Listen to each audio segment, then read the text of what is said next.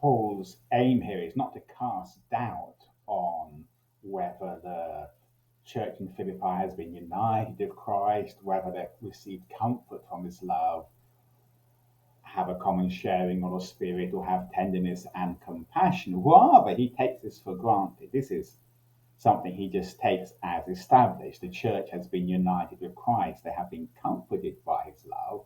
They share in the same Spirit. And therefore, as a consequence of this, a certain pattern of behavior is to be expected.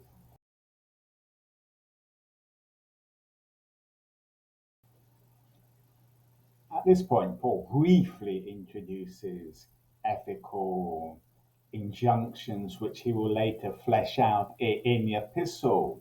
And the first is that the church should seek to be like minded, share a common purpose, strive in love towards accord.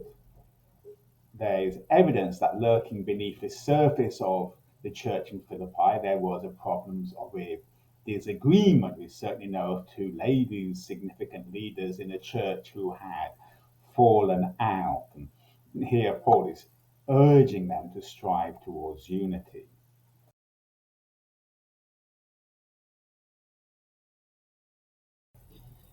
To understand how radical Paul's injunction is to leave behind selfish ambition and vain conceit, and in humility consider others as superior, one needs to understand a bit about the honor and shame context of the ancient world. In the Mediterranean region, much of social life was a struggle for honor and recognition. And honor was often considered a zero sum game, in that sense that for me to gain honor, someone else would have to lose it.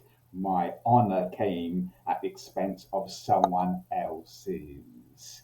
Shame. And Paul urges his readers not to participate in this, not to pursue their own honor, but nor the shame of others, but actually to be willing to have others honored at your own expense.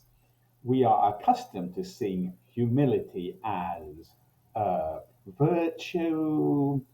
In the ancient world, outside of Christian writings, it was very rare to see humility presented as a virtue. In fact, it was more common to see it presented as a character weakness, someone who is weak, who cannot pursue their own honor.